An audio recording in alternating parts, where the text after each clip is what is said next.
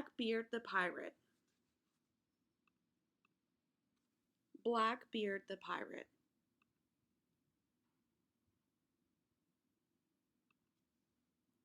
The man behind the stories. Picture a pirate in your mind. Do you think of a cartoon pirate with a beard, an eye patch, and a parrot? 300 years ago, real pirates did sail the seas. One pirate had a name that scared everyone. He was known as Blackbeard. Becoming Blackbeard. Blackbeard's real name was Edward Teach. He was born in England about 1680. When he was old enough, Edward learned to sail a ship.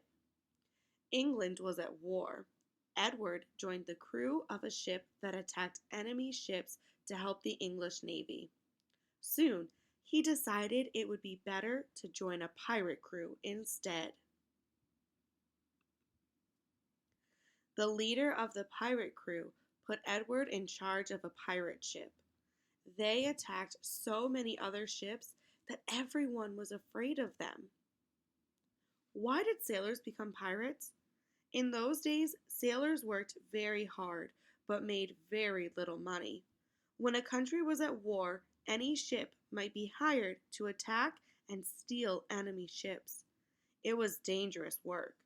The hired sailors were paid a small reward for the ship or treasure they took.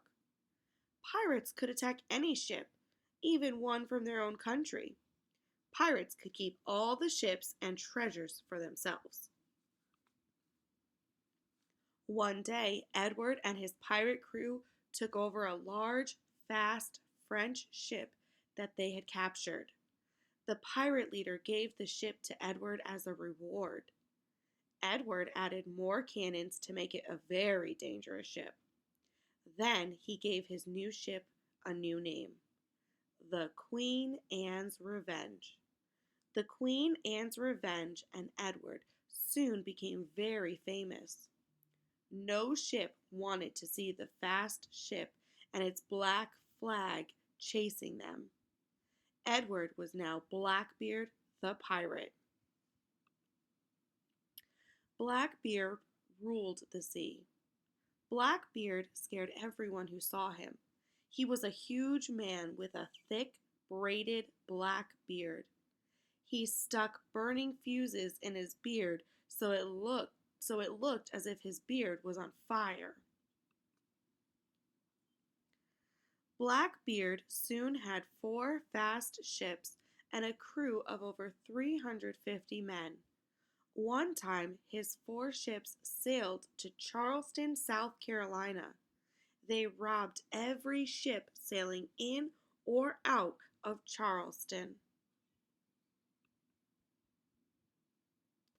This map shows where the wreck of Blackbeard's ship was found near Beaufort Inlet off the coast of North Carolina.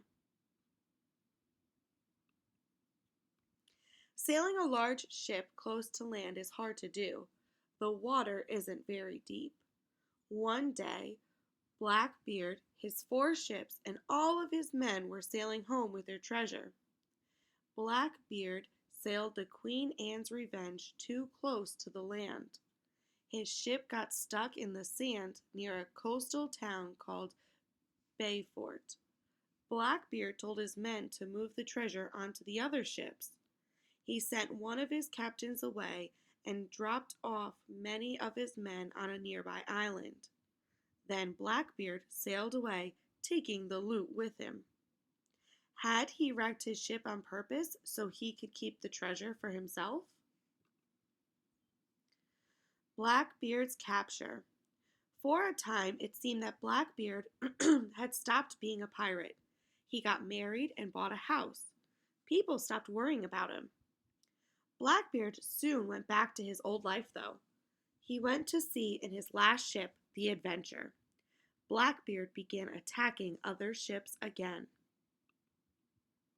The governor of Virginia was tired of Blackbeard's attacks. He sent a fighting ship called the Ranger to fight and capture Blackbeard. One morning, the crew of the Ranger saw the Adventure near the island of Ocracoke. The two ships fought, firing their cannons for many hours. In the heavy smoke from the cannon fight, the Ranger's crew hid, so it seemed as if they had been killed. Blackbeard thought he had won, so he climbed onto the Ranger. The Ranger's crews jumped out from their hiding places, and the fight began again. Blackbeard fought hard, but the Ranger had too many men. He was shot 5 times before he finally died. The Ranger's crew threw Blackbeard's body into the sea. Blackbeard sailed into history. Blackbeard's story may be behind the colorful pirates in many books and movies. The next time you hear a pirate story, remember, one of the real pirates in history, Blackbeard.